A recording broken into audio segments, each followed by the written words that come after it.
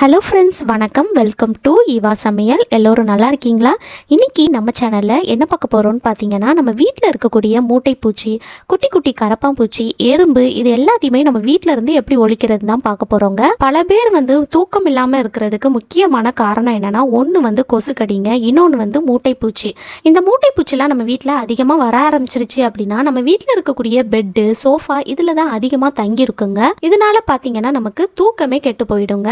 நம்ம வீட்டில் இருக்கக்கூடிய ரெண்டு பொருளை வச்சு மூட்டைப்பூச்சி, குட்டி குட்டி கரப்பாம்பூச்சி, எறும்பு இது எல்லாத்தையுமே நம்ம வீட்டில் இருந்து எப்படி அழிக்கிறது தான் பார்க்க போறோங்க. இது கூடவே நம்ம வீட்டில் ஒரு கொசு கூட வராமல் இருக்கிறதுக்கு ஒரு சூப்பரான எஃபெக்டிவான ஹோம் ரெமெடியும் ஷேர் பண்ணியிருக்கேங்க. வீடியோவை ஸ்கிப் பண்ணாமல் பாருங்க. நம்ம சேனலை இப்போ தான் ஃபர்ஸ்ட் டைம் பார்க்குறீங்கன்னா சப்ஸ்கிரைப் பண்ணலன்னா சப்ஸ்கிரைப் பண்ணிக்கோங்க ஃப்ரெண்ட்ஸ். பக்கத்தில் இருக்க நோட்டிஃபிகேஷன் பெல் ஐக்கானை கிளிக் பண்ணிக்கோங்க. இப்போ வாங்க ஃப்ரெண்ட்ஸ், ஃபர்ஸ்ட் டிப் என்னன்னு பார்க்கலாம். ஒரு அகலமான பவுல் எடுத்துக்கங்க. நான் இந்த மாதிரி ஒரு பிளாஸ்டிக் கண்டெய்னர் எடுத்திருக்கேங்க. இதில் ஃபஸ்ட்டு நம்ம என்ன சேர்க்க போகிறோம்னு பார்த்தீங்கன்னா, நம்ம துணிகளுக்கு பயன்படுத்துகிற சோப்பு தூள் இருக்கு இல்லையா, வாஷிங் பவுடர், அதுதான் எடுத்திருக்கேன். இது நீங்கள் உங்கள் வீட்டில் என்ன பிராண்ட் யூஸ் பண்ணுறீங்களோ, சர்ஃபெக்சல், ஏரியல், டைடு எது யூஸ் பண்ணுறீங்களோ எதுனாலும் சேர்த்துக்கலாங்க. இதில் ஒரு ஸ்பூன் அளவுக்கு எடுத்து சேர்த்துக்கங்க. இப்போ அடுத்ததாக இதில் நம்ம டெட்டால் சேர்க்க போகிறோம். நம்ம எல்லார் வீட்லேயுமே டெட்டால் வச்சுருப்போம் இல்லையா. நம்ம வீட்டில் பார்த்தீங்கன்னா இந்த மாதிரி பெரிய பாட்டில் டெட்டால் வச்சுருக்கோம். அதனால பார்த்தீங்கன்னா இந்த மாதிரி பெரிய மூடியாக இருக்கிறதுனால நான் ஒரு மூடி அளவுக்கு எடுத்து சேர்த்துருக்கேன். உங்கள் வீட்டில் சின்ன பாட்டில் டெட்டால் வச்சுருக்கீங்க அப்படின்னா அது சின்ன மூடியாக இருக்கிறதுனால நீங்கள் 2 மூடி அளவுக்கு எடுத்து சேர்த்துக்கங்க. இது பெரிய மூடியாக இருக்கிறதுனால நான் ஒரு மூடி சேர்த்துருக்கேன்.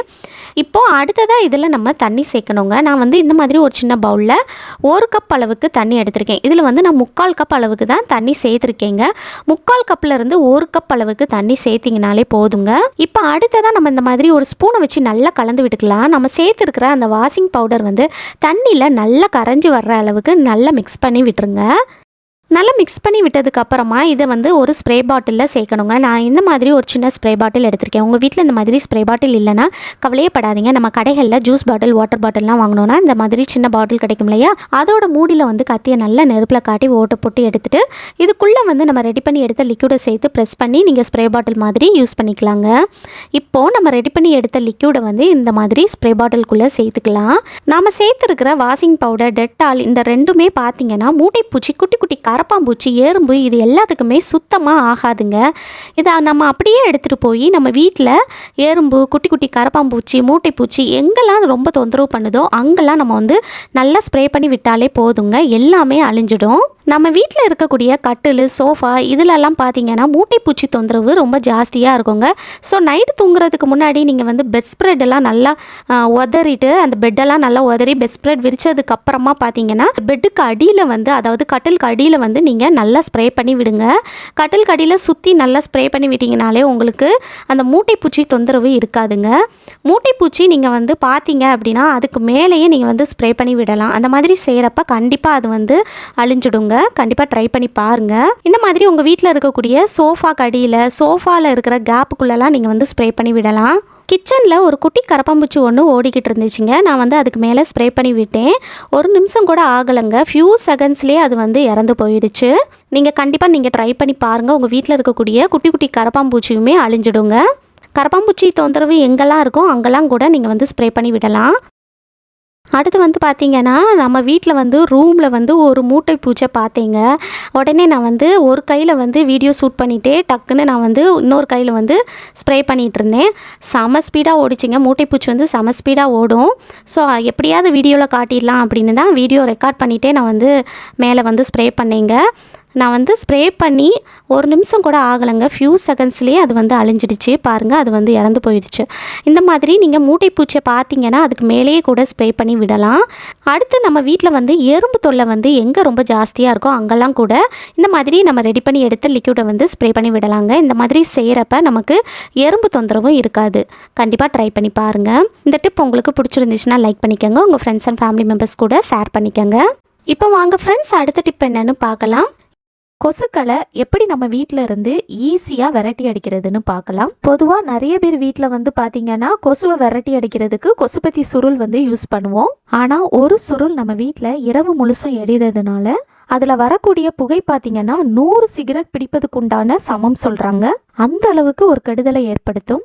அதை நம்ம டெய்லியுமே சுவாசிக்கும் போது பார்த்தீங்கன்னா அது நமக்கு சீக்கிரமாகவே நுரையீரல் புற்றுநோய், ஆஸ்துமா பிரச்சனை, சர்ம அலர்ஜி, அதுக்கப்புறம் கண்ணெரிச்சல், தூக்கமின்மை எல்லாத்தையும் ஏற்படுத்தும். குறிப்பாக பார்த்தீங்கன்னா அந்த புகை வந்து நம்ம தூங்குற ரூமில் ஒரு நாள் ஃபுல்லாக இருந்துச்சு அப்படின்னா அடுத்த நாள் வந்து கண்டிப்பாக நமக்கு வந்து தலைவலி ஏற்படுத்தும். அந்த அளவுக்கு ஒரு கெடுதலை ஏற்படுத்தக்கூடியது. அதை மேக்ஸிமம் நம்ம அவாய்ட் பண்ணி வச்சுட்டு இயற்கையான வழியில் கொசுவை வந்து எப்படி நம்ம வீட்டிலேருந்து விரட்டி அடிக்கலான்னு இந்த வீடியோவில் நம்ம பார்க்கலாம். இதுக்கு நான் வந்து ஃபஸ்ட்டு எடுத்துருக்கிற பொருள் பார்த்திங்கன்னா 2 கற்பூரம். கற்பூரம் வந்து மோஸ்ட்லி நிறைய பேர் வீட்டில் கண்டிப்பாக வச்சுருப்போம். அடுத்ததாக ஒரு பேப்பர் எடுத்துக்கோங்க. இந்த பேப்பரில் வந்து 2 கற்பூரத்தை வச்சிடலாம்.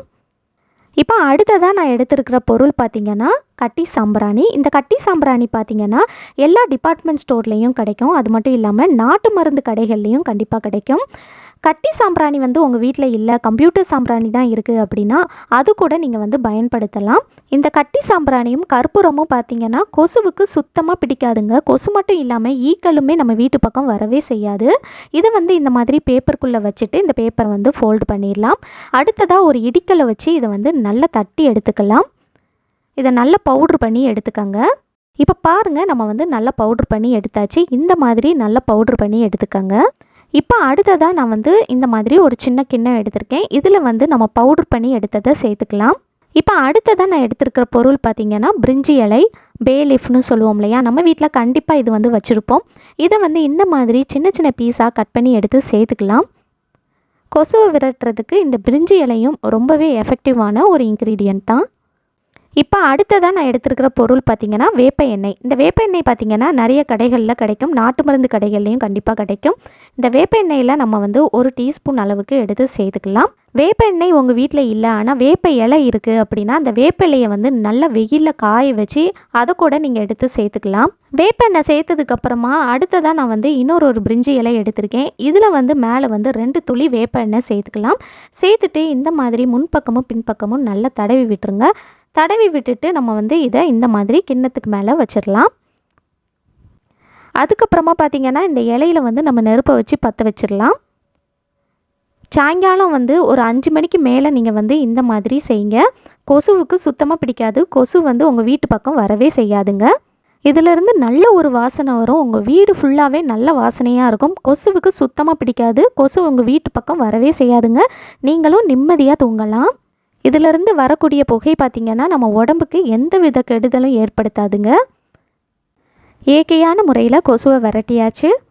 கொசுனால் நிறைய பேர் வந்து நிம்மதியாக தூங்க முடியாமல் இருப்பாங்க. அவங்களுக்கெல்லாம் இந்த வீடியோ வந்து ஷேர் பண்ணுங்கள். அவங்களுக்கும் ரொம்பவே யூஸ்ஃபுல்லாக இருக்கும். இந்த டிப் உங்களுக்கு ரொம்பவே பயனுள்ளதாக இருக்கும்னு நினைக்கிறேன். பிடிச்சிருந்துச்சுன்னா லைக் பண்ணிக்கோங்க. உங்கள் ஃப்ரெண்ட்ஸ் கூடயும் ஃபேமிலி மெம்பர்ஸ் கூடயும் ஷேர் பண்ணிக்கோங்க. நம்ம சேனலில் நீங்கள் இப்போ தான் ஃபஸ்ட் டைம் பார்க்குறீங்கன்னா சப்ஸ்கிரைப் பண்ணலைன்னா சப்ஸ்கிரைப் பண்ணிக்கோங்க.